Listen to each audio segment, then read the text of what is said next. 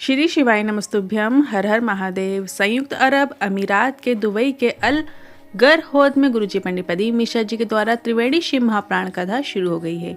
ये 3 दिवसीय शिव महाप्राण कथा है जो कि 9 दिसंबर, 10 दिसंबर, 11 दिसंबर 2024 को आस्था चैनल यूट्यूब के माध्यम से दोपहर में 1 बजे से 4 बजे तक देखी जा सकती है।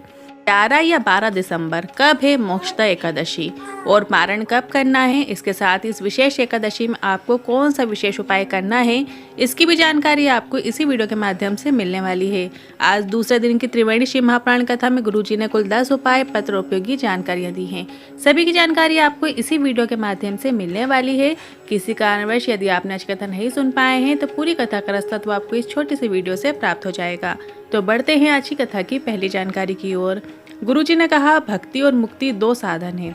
मुक्ति पाने के लिए लोग कई प्रकार के कार्य करते हैं, पर मुक्ति पाने के बाद आपका मृत्यु लोक में फिर से जन्म हो जाएगा। पर मुक्ति पाने के लिए अगर हम भक्ति का उपयोग करते हैं तो हम बार बार इस जन्म मरण से मुक्त हो जाते हैं। बढ़ते हैं आज की कथा की दूसरी जानकारी की ओर। गुरुजी ने कहा, कल सभी हमारे साथ वाले संगीत वाले और आशीष जी देखने गए थे बुर्ज खलीफा और हमें भी कह रहे थे चलो। हमने कहा हम तो हमारे कमरे में रहेंगे और शिव नाम जाप और भजन में लीन रहेंगे। बढ़ते हैं आज की कथा की तीसरी जानकारी की ओर। वैदिक पंचांग के अनुसार मार्गशीर्ष माह शुक्ल पक्षीय एकादशी का जो आरंभ है वो 11 दिसंबर 2024 में सुबह 3:42 पर होगा और अगले दिन 12 दिसंबर 2024 को सुबह 1:09 तक रहेगा। ऐसे में उदया तिथि के अनुसार मोक्षदा एकादशी का जो व्रत है वो 11 दिसंबर के दिन रखा जाएगा।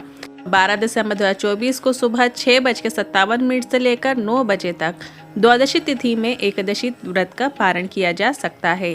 तो आपको व्रत 11 दिसंबर के दिन रखना है और 12 दिसंबर के दिन सुबह के समय 7 बजे के लगभग से लेकर 9 बजे के बीच में आपको व्रत का पारण करना है। बढ़ते हैं आज की कथा की चौथी जानकारी की ओर। अंकिता जी पत्र लेकर आई।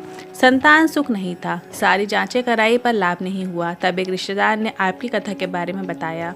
आसन लगाकर कथा सुनना शुरू किया और आपने जो तुम्रुकेश्वर महादेव का उपाय बताया था वो सफ़ेद आंकड़े की जड़ का प्रयोग करते हुए मैंने करना शुरू किया। साथ ही सीहोर भी गए और कंकड़ शंकर का पूजन किया और कंकड़ और रुद्राक्ष लेकर भी हम आ गए।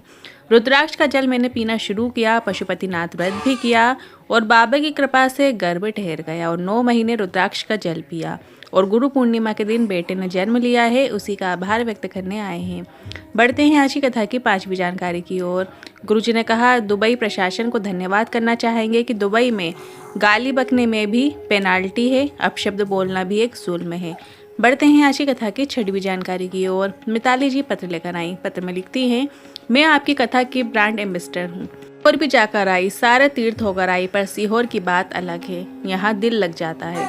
कंकड़ शंकर का पूजन करके आई, जो मांगी वो सब बाबा ने मुझे दिया है। अगर बताना चाहूँगी पन्ने कम पड़ जाएंगे। सभी को शंकर भगवान की भक्ति के बारे में बताती रहती हूँ। मेरी बेटी को एडमिशन के लिए कोचिंग नहीं मिल रही थी। हर बेटी को शिवलिंग पर जल चढ़ाने को कहा, 4 गुना अधिक मेहनत करने को कहा और 32 विश्वविद्यालय में मेरी बेटी का चयन हो गया है, उसी का आभार व्यक्त करने आई हूँ। बढ़ते हैं आज की कथा की 7वीं जानकारी की ओर। विजय जी पत्र लेकर आई। मैंने टीवी के माध्यम से सुना था, पंडाल में बैठकर जो मांगो वो बाबा सुनता ज़रूर है। हमारी बहुत परेशानी थी, समस्या थी बहुत पुरानी। कल कथा पंडाल में बैठकर कामना की और हमें फ़ोन आ गया और हमारा कार्य हो गया। कोई कहता है बाबा 3 माह में सुनता है, पर बाबा ने तो एक ही दिन में मेरी सुन ली है, उसी का आभार व्यक्त करने आई हूँ। बढ़ते हैं आज की कथा की 8वीं जानकारी की ओर। संजू जी पत्र लेकर आए। शादी के कई साल निकल गए, संतान सुख नहीं था। IVF में भी बच्चा नहीं होगा ऐसा डॉक्टर ने कह दिया। किसी के कहने पर सीहोर जाकर रुद्राक्ष लेकर आ गई और अपने घर में ही शिव जी का पूजन करती और मेरा गर्भ ठहर गया, उसी का आभार व्यक्त करने आए हैं। बढ़ते हैं आज की कथा की 9वीं जानकारी की ओर। मोक्षदा एकादशी के अवसर पर एक विशेष उपाय लेकर आए हैं, जिसमें आपको 7 बेलपत्र लेना है और 1 कलश जल लेना है। ये उपाय आप किसी भी कामना के लिए कर सकते हैं।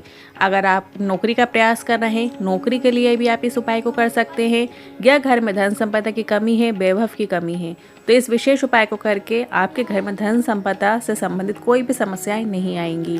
साथ ही यदि किसी चीज़ में आप सफलता चाहते हैं तब भी आप इस विशेष उपाय को कर सकते हैं। आपको बस एक कलश जल लेना है। अगर आपके पास पर्याप्त मात्रा में गंगा जल है तो आप एक कलश गंगा जल ले लीजिए, नहीं तो आपके पास जो भी जल है वो ले लीजिए और उसमें कुछ बूंदे गंगा जल की आपको डाल लेना है। और इसके बाद 7 बेलपत्र लेना है। 7 बेलपत्र ऐसे लीजिए जो कहीं से भी खंडित ना हो, पूर्ण हो। बेलपत्र के जो पीछे का डंठल है वो भी आपको तोड़कर रखना है। बेलपत्र में पीछे डंठल नहीं लगा होना चाहिए, इस बात का ध्यान रखना है। 7 बेलपत्र आपको एक कलश जल के अंदर आपको डुबो लेना है। पत्ती का भाग है वो कलश के अंदर होना चाहिए और फिर ये कलश लेकर आपको शिवालय पहुंच जाना है। शिवालय में जो नंदी भगवान जी विराजमान होते हैं, आप ध्यान से देखेंगे उनका एक चरण ऊपर उठा हुआ रहता है। तो बस ऊपर उठे हुए चरण पर आपको श्री शिवाय नमस्तुभ्यं बोलते हुए जो कलश का सारा जल है, गंगा जल है, वो आपको नंदी महाराज के ऊपर चरणों में समर्पित कर देना है, अर्पित कर देना है। अब कलश में 7 बेलपत्र बची रहेंगी, तो उन 7 बेलपत्र को आपको एक एक करते हुए श्री शिवाय नमस्तुभ्यं बोलते हुए शिवलिंग के ऊपर अर्पित करना है। पर जब आप शिवलिंग के ऊपर अर्पित करेंगे तो जो बेलपत्र की डंडी का है मुख, वो आपसे ठीक विपरीत दिशा की ओर होना चाहिए। इस बात का आपको ध्यान रखना है। आप जहाँ से भी बैठकर बेलपत्र अर्पित कर रहे हैं, आपसे ठीक विपरीत दिशा की ओर बेलपत्र की डंडी का मुख होना चाहिए।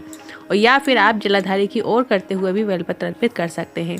अगर मंदिर में बहुत ज़्यादा भीड़ है तो आप 7 बेलपत्र एक साथ भी अर्पित कर सकते हैं। अगर आपके पास समय है तो आप एक एक करके भी बड़े भाव के साथ श्री शिवाय नमस्तुभ्यं बोलते हुए बेलपत्र अर्पित कर सकते हैं। अपने मन का भाव बोलिए, आप किस कामना से इस उपाय को कर रहे हैं वो आप ध्यान में रखते हुए इस उपाय को करते जाना है और श्री शिवाय नमस्तुभ्यं मन का स्मरण करते जाना है। झोली पसार के बाबा से निवेदन करना है। पढ़ते हैं अगली 10वीं जानकारी की ओर। गुरु जी की ये शिव महापुराण कथा तो 11 दिसंबर को समाप्त हो जाएगी, जो कि दुबई में चल रही है। और इस कथा के बाद गुरु जी की जो अगली शिव महापुराण कथा है 15 दिसंबर से 21 दिसंबर 2024 में अध्ययन पब्लिक स्कूल सेक्टर 4 से शताब्दी नगर पार्थपुर मेरठ में रहेगी। और इसके बाद गुरु जी की जो अगली शिव महापुराण कथा है वो 24 दिसंबर से 30 दिसंबर रायपुर में रहेगी। और इसके बाद 4 जनवरी से 10 जनवरी 2025 में जो पहली कथा रहेगी वो छुरिया हाले कोसा राजनांदगांव में रहेगी। और फिर 16 जनवरी से 25 जनवरी 2025 की दूसरी शिव महापुराण कथा सूरत गुजरात में रहेगी। और जनवरी महीने की जो आखिरी शिव महापुराण कथा है 24 जनवरी से 30 जनवरी तक होने वाली है, जो कि साकरी महाराष्ट्र में रहेगी। और इसके बाद गुरु जी की जो अगली शिव महापुराण कथा है वो 1 फरवरी से 7 फरवरी 2025 में सांकेड़ छत्तीसगढ़ में रहेगी। और फिर 10 फरवरी से 16 फरवरी तक कुंभ का मेला प्रयागराज में रहेगी। के बाद 17 फरवरी से 23 फरवरी तारा बाबा की कुटिया सिरसा में रहेगी। और फिर अगली कथा 25 फरवरी से 3 मार्च 2025 में रुद्राक्ष महोत्सव रहेगा। सीहोर कुबरेश्वर धाम की धरा में ये कथा रहेगी। और इस कथा के दौरान महाशिवरात्रि भी पड़ेगी और फुलेरा दूज का भी अवसर देखने को मिलेगा। तो ये कथा बहुत ही स्पेशल है, बहुत ही विशेष है, जो कि सीहोर की धरा में रहेगी 25 फरवरी से 3 मार्च 2025 में। आज इन उपायों से जुड़े मन में कोई सवाल या क्वेश्चन है तो आप कमेंट के जरिए पूछ सकते हैं। वीडियो थोड़ा भी उपयोगी लगा हो तो वीडियो को लाइक करके कमेंट बॉक्स में हर हर महादेव जरूर टाइप कीजिएगा। श्री शिवाय नमस्तुभ्यं।